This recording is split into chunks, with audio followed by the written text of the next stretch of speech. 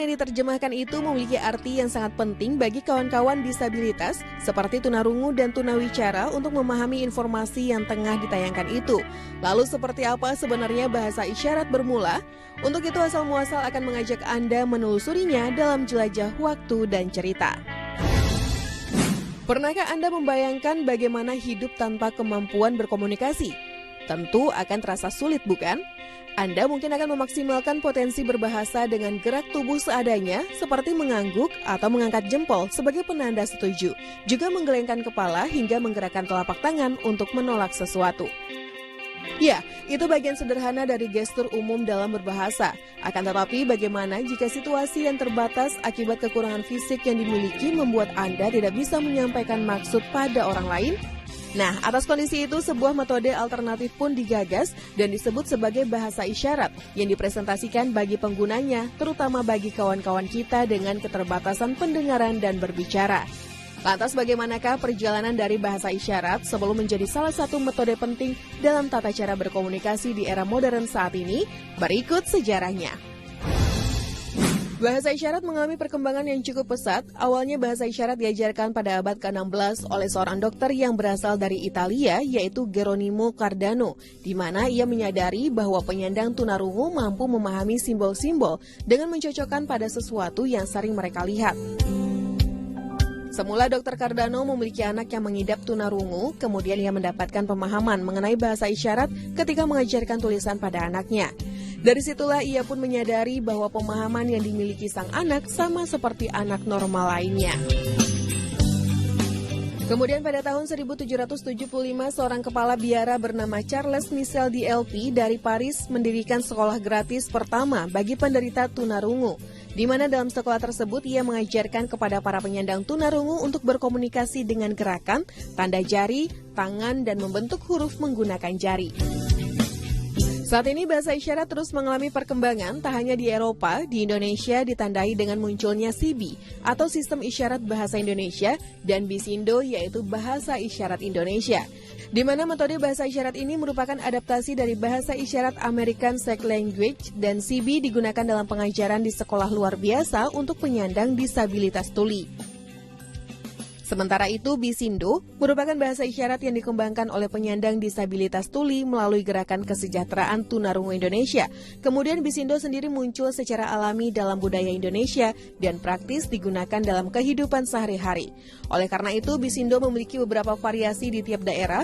Misalkan Bisindo yang digunakan di Balikpapan akan berbeda dengan Bisindo yang digunakan di Yogyakarta.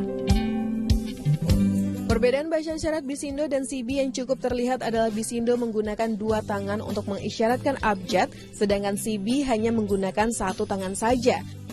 Pada prinsipnya, bahasa isyarat adalah salah satu bahasa komunikasi yang dilakukan dengan menggunakan pergerakan tangan, tubuh, atau ekspresi wajah. Perbedaan mendasar antara bahasa isyarat dan bahasa lisan terletak pada modalitas atau sarana produksi dan persepsinya. Lebih lanjut, inovasi mengenai penggunaan bahasa isyarat datang dari mahasiswa UGM yang membuat suatu ide kreatif melalui alat penerjemah bahasa isyarat yang bertujuan untuk memudahkan bagi para penyandang tunarungu dan tunawicara berkomunikasi dengan orang-orang yang berada di lingkungan sekitarnya. Adapun perangkat lunak yang dinamai Sightly atau Sign Language Translator Synchronously ini berbentuk sarung tangan dengan katalog bahasa isyarat yang diambil dari American Sign Language, Bahasa Isyarat Indonesia atau Bisindo, dan masukan-masukan baru menggunakan kombinasi 5 jari tangan kanan. Uniknya, dalam sarung tangan tersebut terdapat teknologi untuk mendeteksi gerakan dan posisi jari tangan berupa flex sensor, lalu informasi yang diterima berupa keluaran huruf dan ditampilkan melalui aplikasi berbasis desktop atau smartphone. Saat ini keberadaan profesi penerjemah bahasa isyarat memang penting dalam proses komunikasi terhadap penyandang tunarungu dan tunawicara.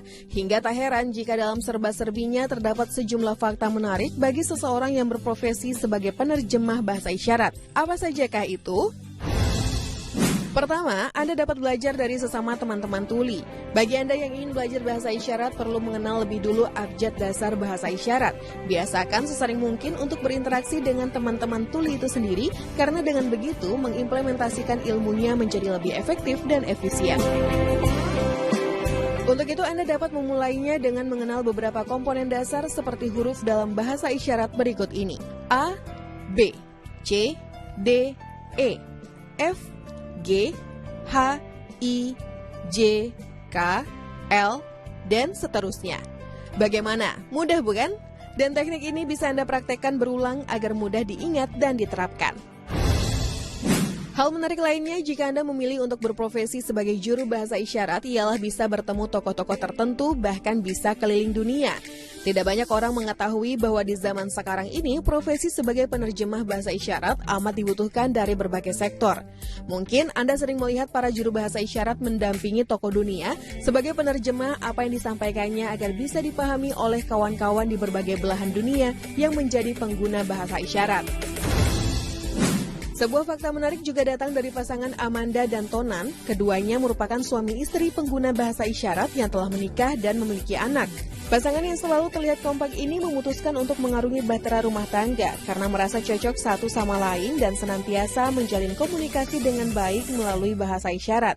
Bahkan kedua anak mereka yang normal pun kini menguasai penggunaan bahasa isyarat juga untuk bisa berkomunikasi dengan lancar dengan kedua orang tuanya. Romantis sekali ya.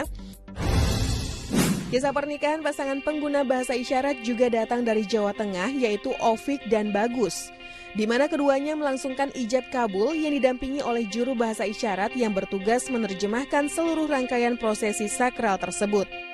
Saat konferensi pers, kedua pasangan ini terlihat bahagia dan mengungkapkan sukacitanya lewat bahasa isyarat yang diterjemahkan oleh kawan mereka. Saat ini saya sedang bersama dengan Surya Saitape, putra Mbak Dewi Yu dan Mas Rai Saitape. Ya, saya Surya. Mirip sekali dengan bapaknya. Nah, bagi Anda yang ingin mengenal bagaimana penggunaan bahasa isyarat dalam beragam kata umum yang sering digunakan, berikut ini bersama Surya Saitape, seorang pemuda tampan yang juga praktisi bahasa isyarat karena keterbatasan yang dimilikinya, akan mengajarkan sejumlah kata sederhana dan umum digunakan dalam komunikasi sehari-hari.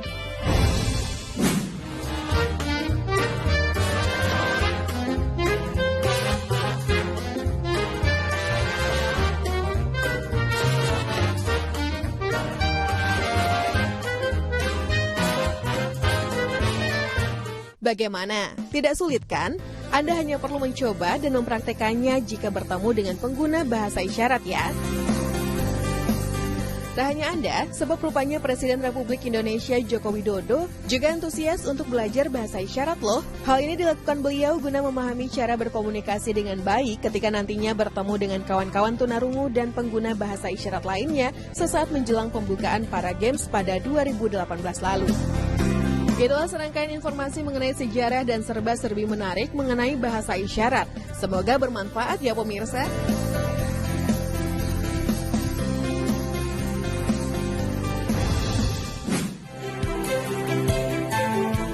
Tidak hanya misteri, Kota Tangerang juga menyimpan sejumlah fakta menarik. Penasaran seperti apa informasinya? Jangan kemana-mana, tetap di Asal Muasal.